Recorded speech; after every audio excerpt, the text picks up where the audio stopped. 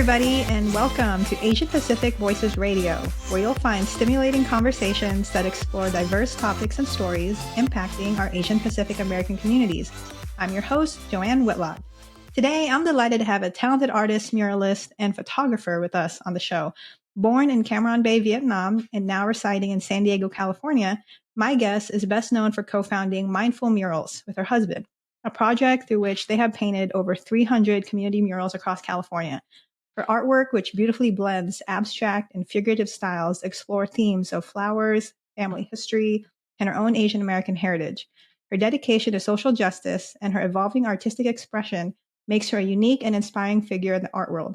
So it's my pleasure to welcome Thao Huynh French on Asian Pacific Voices Radio. Hi, Thao. Hello, thank you so much for having me. Yes, of course. How are you today? I'm doing really good. Awesome. Thank you. Super excited to have you. I've interviewed a few artists in this show, and I'm always excited to hear about kind of their projects and stuff. So happy to have you. And I want to start by actually getting to know a little bit more about you personally before we actually get to your work and your company and mural. So can you share with us, with the listeners, some of your early memories of Cam Ranh Bay, like Vietnam, being in Vietnam, and kind of how they influenced your journey as an artist? Yeah, so I don't remember a whole lot from my childhood living in Vietnam, but I do have a lot of photographs, and just last year I was able to go back home and meet some family there. And it was a really emotional experience because going back into the neighborhood where I was born, it brought out a lot of unlocked memories. Places started to feel familiar, even though it was the first time I had been there since leaving at the age of 3. Love that. I always, similar to me in the Philippines, I left fairly early too, but every time I go back, it's like I'm kind of revisiting a past that I don't necessarily remember. It's like reconnecting with something deep inside you. So that's cool to hear. So with that, like what inspired you to co-found Mindful Murals with your husband? Like how has that collaboration impacted your work and your personal life? Is there challenges working with your husband? Like kind of how has that impacted your work Yeah, and personal life? that's a really good question. And I have to start with sort of going back a little bit because I had gotten into the corporate world for a while, and it was honestly killing me. It was just like killing my creativity, and I was just sort of being trained to be like an entity to produce profit. And a lot of the times it felt dehumanizing, and so I had to give myself a rebirth, so to speak. And after that journey ended for me, I decided to kind of jump right back into art, which was always where my heart lived, and pursued it full time, just right out the gate. So my first mural, I didn't even know how to do a mural, and so I asked my husband to help me. And I told my client, who had basically, it was a friend, and she asked if I knew anybody that knew how to paint murals, and I had like kind of lied and said I do. And I just got the job and like taught myself how to do it on you, like by researching and YouTubing and Googling and things. My husband ended up helping me because he saw like just how stressed out I was behind the scenes. And after that, it was just sort of like a natural transition. He hadn't loved his job. He was a social worker for a while, so he was always putting out fires, and over time that can do damage to your mental health, you know. And I was already in such a state of mental health decline that when I entered the art space, I knew what I wanted to do with it was create artwork that could give me a sense of belonging and restore somewhat hope in the world. So if you look at the work that we do now, it's a lot of artwork that has positive messaging or visually can create joy for communities. I love that. We really underestimate, we or do not put enough focus on mental health and kind of our workplace. That old adage that if you love what you do, you never work a day in your life. I just find that Mhm. super important because it is, we spend so much time at work, we spend so much time on our projects that it takes a mental toll if it's not something you purely enjoy. And I love that you had that, insight to get away from the corporate world, knowing that that's not what makes you happy. That's not where you belong. I think a lot of people don't find that, don't discover that about themselves. So that's extremely, Mhm. extremely inspiring. Um, how is your, on that topic about, Vietnam, how is your own Asian American heritage and family history shape the themes and style in your artwork? Right now, what I'm doing is Mindful Murals on this is its own social creative enterprise. And the branding for that has a lot to do with that personal touch of what I want to see for the world. And then I also develop artwork from a personal art collection standpoint. So on my Thao French art side, I create a lot of works um, that explore memories from the past and highlight cultural significance about Vietnamese people. I love to incorporate a lot of flowers because if I look back in my life and reflect and do a lot of reflecting, my family used to garden a lot and we were all constantly surrounded by flowers. So being a refugee and growing up in such a with such a turbulent childhood, I like to pinpoint and highlight moments from those dark times that actually were like brighter moments, like moments of joy. So that's why you see a lot of flowers in my work. The abstract nature of it is so I can create more expressive and intuitive movements in my work. So you really bring out like your entire history through your artwork. Like I love how, some people it's through music, some people it's through their writing where they can really speak that language, and yours is through artwork without even any words, and that's pretty incredible to me. Talking about how you certain parts in your past and your history, is there a particular mural or project that you've worked on in the past that truly stands out to you? Like if you had to pick one, and kind of tell me about that. Like what was that about? Like why that particular one is like your, you know, the most meaningful project. Yeah, there's been quite a few projects I've had the privilege and honor of developing, and honestly, like there's just so much good in each one that I was able to learn and grow from. But there is one that I'm truly proud of, and that was the Year of the Tiger in 2022. I was able to create the first Vietnamese mural painted by. Excuse me, let me back up. The first Vietnamese painted mural by a Vietnamese artist in Little Saigon, San Diego. To give you some context, that area has been targeted for gentrification for quite a few years. And the organizations that are going in and, creating these like public art engagement projects, they were hiring non-Vietnamese people to develop Vietnamese specific artworks to highlight this community, to draw in tourism and etc. And as a Vietnamese artist living in Little Saigon, and when I saw these murals like pop up, they felt totally disconnecting to me. I felt completely unseen as an artist living and working in that area, and being passed over for these opportunities really made you feel small. So I felt like that was such an injustice that I had to develop and pursue, produce the first one for the Vietnamese community. And it was important because it involved so much community outreach and planning and preparation. The process was so intentional, and it was far more intentional than like anything I had ever done. And to up until the unveiling, we brought like chrysanthemum flowers out and held like a dancing lion performance.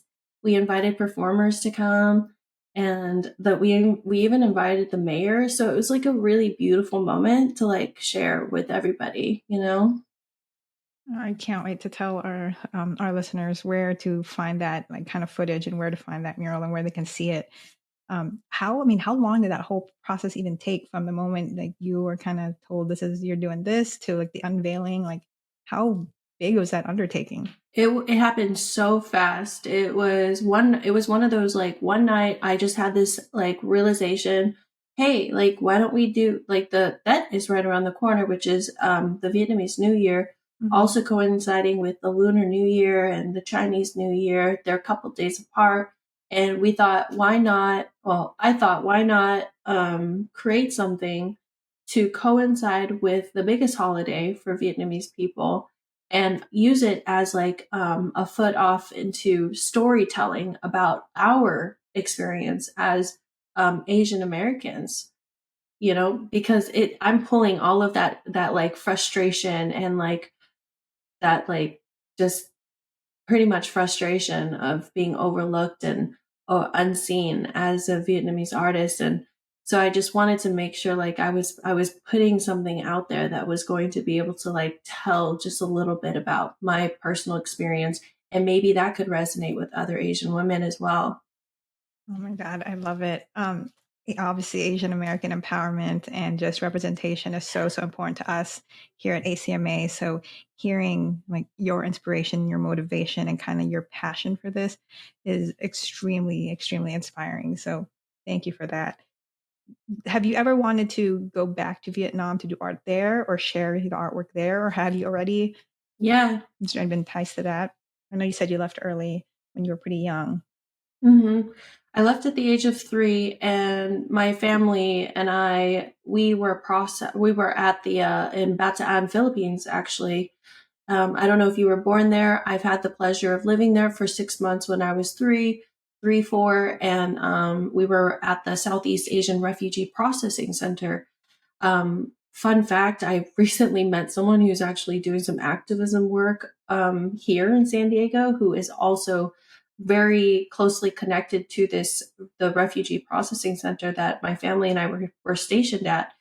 And so I'm going to be able to go back and like do some develop a project there with him pretty soon.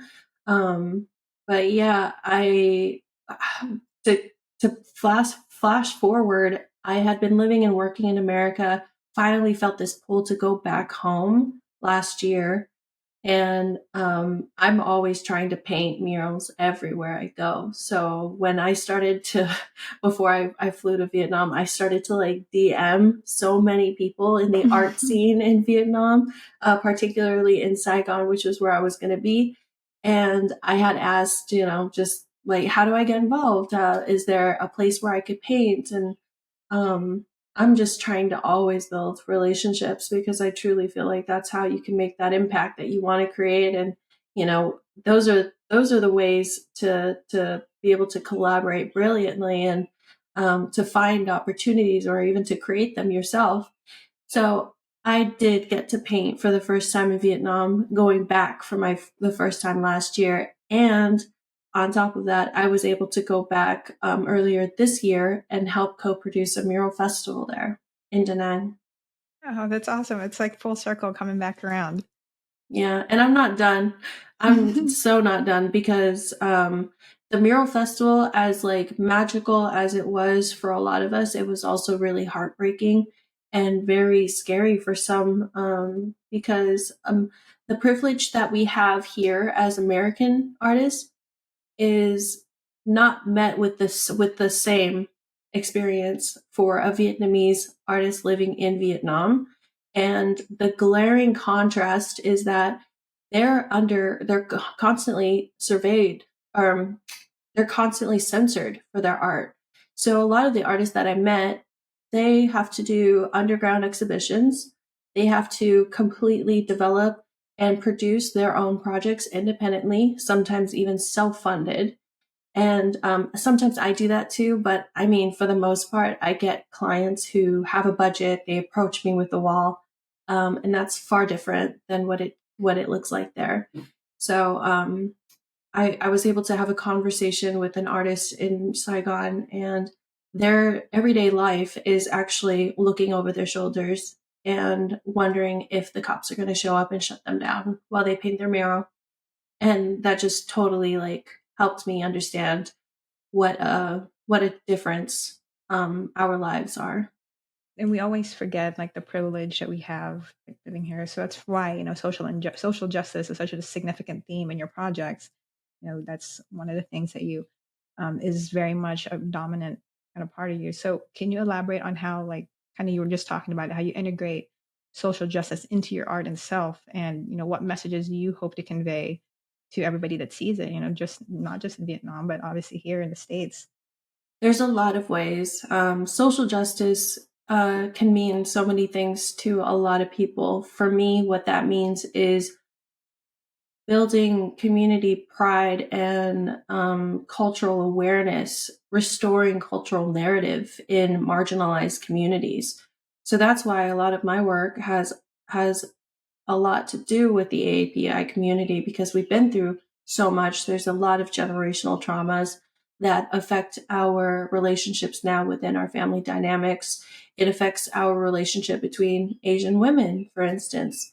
Um, and if we are really here to break the cycles of trauma and to restore cultural narrative and celebrate what is beautiful about us despite the differences, I think that work, has everything to do with like being able to paint portraits and glimpses into the Asian American experience. Because how else do you create empathy, and how else do you really connect with people if it's not through visual storytelling? So with Mindful Murals, with that project, you've completed over 300 community murals. So that's a lot. At least to me, that's a lot of murals to have painted. Is it just you, or your husband paints too? And like, what are some of the key challenges and rewards, like working on such a large scale in public spaces? Since I told you that we paint or sent over that artist statement that said that we painted 350 murals, that number is actually more in the high 400s now. Um, we've we paint most of our murals together, and it's not easy because we have totally different working styles, from the preparation to the actual production side. And everyone has a different way of communicating, so of course it's never going to be easy. But being able to overcome those challenges and getting to know your partner's communication styles, especially in business and then also in love, it is super rewarding, because if you can make it through that, then you can really make it through a lot of life's challenges. um, but yeah, we've painted over like 400 murals now, and we would love to develop more all around the world. That's really incredible to me. I have tried to like draw on the side. I never even finish like a single project. So the fact that you guys have been able to do that, and with your art, it ranges from abstract to figurative. And like you said, with just different broad use of styles and mediums. I love the diversity and complexity of the work that you produce. But when you're starting a project with with all that available to you, like how do you decide on the direction and the style with a brand new piece? Like how Mhm. does that thought process work? So usually at the beginning, if you're pursuing mural art, you'll get a lot of clients that will ask you for work, but they have a very specific theme in mind. And and sometimes that's good, because you want to start with a foundation and sort of build off of that idea. But now what it's evolved to is, we've my husband and I have created like sort of a special style, and our clients come to us for seeking that style. So with that process in mind, we have a lot of creative freedom. We get to sort of like tell them what we think will work for their business, their school sites, and offer our professional advice, versus them telling us what to do and then we just produce something for them, which is actually kind of a creative kill for me. I like to be able to have that creative freedom and expression, and have my ideas taken serious. Yeah, I'm sure, of course, like as an artist, that's creativity, stunted creativity is definitely not something anybody wants. But do you find that most of your clients are pretty open to art suggestions, or are they Is that usually how most of them go, or are there some clients that are just, they have one Oh, set way that they want to see it, and there's very little flexibility? I've had so many different, there's a spectrum of people out there, right? And I think now it's we're attracting all of the right clients, I think. And it's because at the beginning, we can't really say no. We're trying to build the brand, we're trying to build our portfolio. And you do get a lot of clients that don't really value your work, want to nitpick a lot of things. And the worst part about it is they don't value you as an artist to begin with. And so they'll tell you that your price is too high, and that, little things like, I need to trim off $20 here, I need to trim off $20 there, and I'm over here like trying to afford insurance for my business, and the program costs and materials and things. So now we can spot pretty early on when to say no to someone, just judging how incredibly challenging it can be. But now that we've have a couple of years under our belt, we're getting to work with some of the best people we've ever met, people who really can see what we're trying to do for the communities. We're trying to transform the world so we could see it through a different lens, and we can be inspired by these messages of kindness. Um, yeah. No, that was actually going to be my next question is, have you ever actually turned down a client, but you just answer that like based on certain things? And so I love that you've gotten to a point where you have like full freedom of decisions you make with your, it's not out of necessity or an obligation anymore. Like you said, creating the brand now, it's just pure what you want to do and your full creativity. So I don't think a lot of people have that sometimes. And so the Mhm. fact that you've reached that is great. There's a lot of artists out there who love commission work, meaning like, what would you like? And I'll create it for you. And there's nothing wrong with that. Right. But now what I'm starting to realize is there's just a lot of people out there who don't really know what they want, but they have an idea, or they want to just see some color, and to, because they need it, and they want it for their spaces. And so that's where we get to really play and be imaginative. It's like, okay, how can I tap into that inner child's creativity of mine and really be able to like transform this space? Right. Because, like, for me, I'm not an artist, but I can see kind of what I would want. Tattoos, for example, like I would want what I know what like aspects, but then I can't design it. So that's where kind of the artist creativity, I can kind of tell them. So I'm Hmm. assuming that's how a lot of your clients are. Like they kind of have a vision of the general theme of it, and then you put it all Yeah. together, which is really Yeah. cool. Yeah. It's so much fun working with these schools, because sometimes we'll be approached with a problem. Like, for instance, there was a principal who came to us with an issue where a lot of his kids were dealing with problems with each other. And some of those problems had to do with racism and discrimination. And so he didn't even have an idea in mind. He just said, this is the problems, the social issues that we're dealing with on our campus. You guys are the experts. You guys can is there anything that you could develop with our staff that can solve this issue somehow? And so what we came up with was a hello mural, and it had 48 different ways to say hello. And what we did was run a query on their system to find out which ethnicities and their students were, and we broke it down into like the tops. No, I think it was. I think were able to cover all languages, but pretty much I spent a lot of time studying how to say hello in 48 different languages, and we created a mural that helped the kids learn like about each other, and it was really fun. That's awesome. Do you ever get to just paint for yourself anymore, or is it still like a lot of like for work? Like you on your own time, spare time, just kind of do any artwork just personally for yourself? Yeah, finding that balance was really hard, especially at the beginning, because like when you're diving in full time, you're like, I just need work. I need to pay my bills, right? got to the point where I was like, all right, I need to reconnect with my roots. I don't even know who I am. I'm having like an identity crisis. Cultural narrative is just not a strong area for me.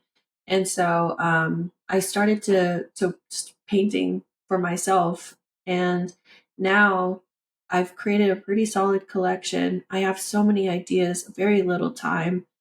Because running a full-time business and also painting for myself is incredibly difficult. And if you are anybody who owns a business or works for yourself, you never really clock out. You know, you're constantly like thinking about things and trying to coming up with ideas pretty naturally. And that's my problem is I'm sort of a workaholic and I never clock out. But I do create a lot of works for me now, and those are the works that feed my soul the most. And kind of we mentioned already, you're just so multifaceted from different mediums. You know, you're so talented. You're a muralist, you're a photographer, you're a painter. You know, I would kill to have an ounce of that talent in just one of those mediums. So with that, like, how do you balance the different forms of artistic expression in your career with when you have like all these mediums you could choose from, like all of this, like just a multifaceted artist? How do you balance that? It's a lot to to I don't think I have it under control, to be quite honest. I have so many interests and I feel like there's so much I don't know, and the more you learn, the more you realize just how creative you can get. That's the kind of brain that I have. Like if I'm learning about something, especially with industrial products, project materials, I'm like, how can I use concrete as a form of an art medium? Like, how can I create artwork on the side of these like concrete walls of the freeways and like the floor, and how, and that's where I love landscape too. And just imagine being able to like work with city engineers and being able to incorporate art that uses rocks, like plants and natural materials, as well as industrial materials to really transform the experience of any commuter on like the I-5 freeway. That would be totally amazing. And I don't know if I answered your question there, but yeah. Yeah, no, I was just, yeah, I mean, I was just kind of asking, like, between all the different mediums that you're able to do, like, kind of when you think of a project, like, this is a mural, this is going to be a photo, I'm going to photograph this, I'm going to paint this, like, how, I guess, just kind of how you balance that and how you decide on that. I mean, Yeah. in photography, for example, do you do much of that? Like, I know you are a photographer, like, how much, I know you're predominantly a muralist, painter, but how Hmm. does your photography play into all of your projects, play into your company, your work? I would have to say that the process, I can't emphasize this enough, because when you're creating a project and all you see is the final product, you lose so much of the glimpse into like the hard work and the connection and the even the conflict and overcoming that conflict. um, with photography, I love it so much because I incorporate it into everything I do. I invest all the time in photographers and videographers because their work is incredibly crucial. They document the process. They're journalists, so to speak, so they can like capture history as it's in the making.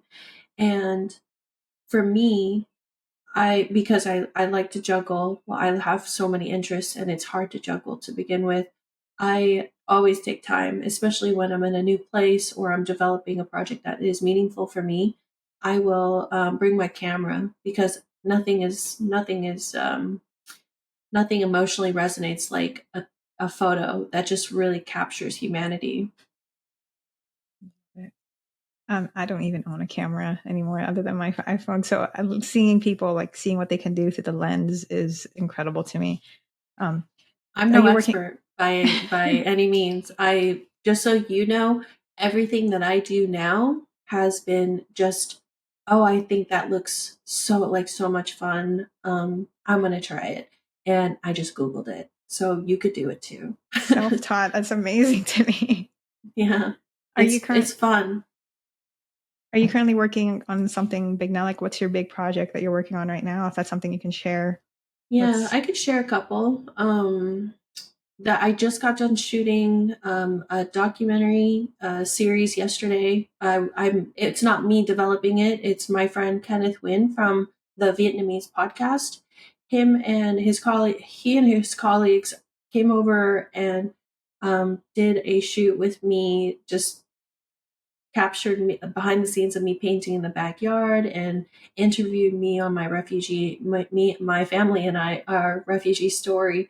So I'm really excited to see how that comes together because it's a limited docu series that's going to be highlighting immigrant and refugee stories through the lens of the Vietnamese diaspora. I'm lucky to have even been asked. The series, once it's done being edited, is going to be pitched to HBO, Amazon, and Netflix, I believe.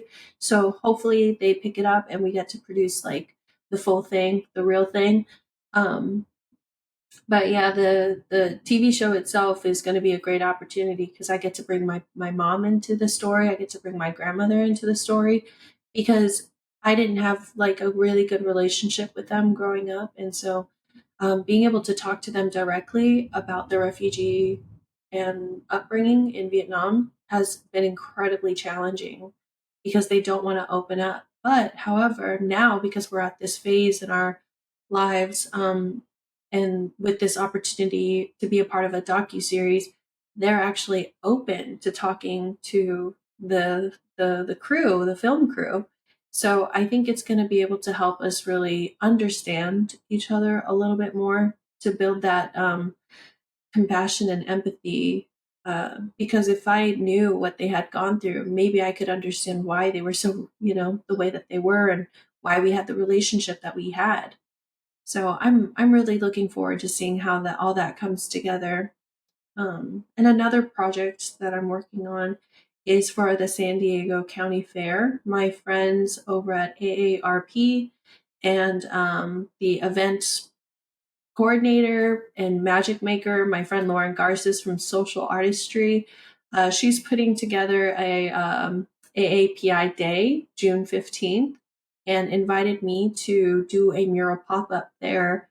And of course, I'm always going to add like a storytelling and interactive factor. So I'm going to be able to live paint a mural and invite people who are at the fair to come up and create a little bit of that mural with me.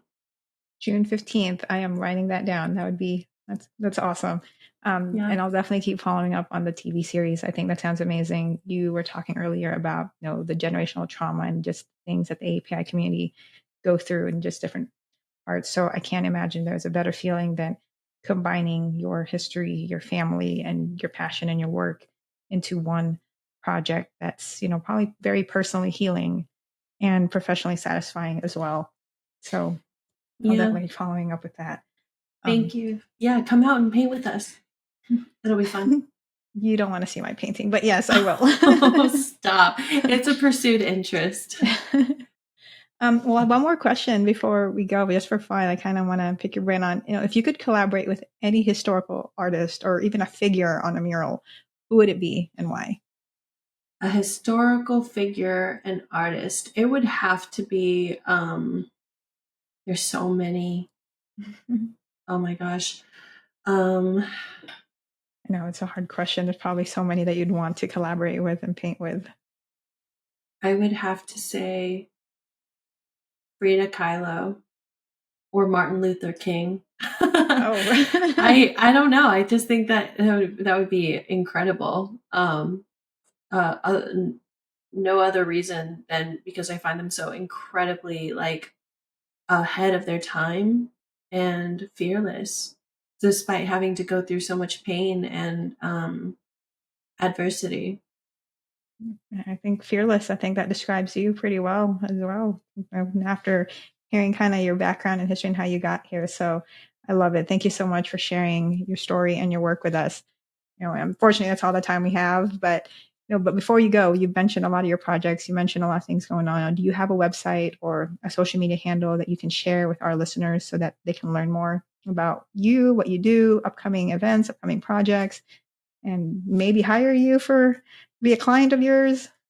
Yay. Yes. I'm always looking to collaborate. I would love, if you don't, I always love to just knock on doors and get to know people and see how we can get creative no matter what the industry is. They can find everybody can find me at mindfulmurals.com, or we can chat directly on Instagram. My Instagram handle is mindful murals or Thao French art. Awesome. Thank you so much for that. All right. Once again, I want to thank Thao for joining us on today's show. I really appreciate it. Thank you to all our valued listeners for tuning in for this episode. But we'd also love to hear from you about any suggestions for future guests or topics. So don't forget, subscribe to our program on your favorite podcast platform and follow us on Facebook, Twitter X, Instagram, and our YouTube channel. Asian Pacific Voices Radio is produced by Asian Culture and Media Alliance. It's a nonprofit that empowers the Asian Pacific American communities with a voice through media arts. And if you'd like to support our program, please visit AsianPacificVoicesRadio.com. Once again, I'm Joanne Whitlock. Please join us again next week for another exciting and thought-provoking Asian Pacific Voices Radio show.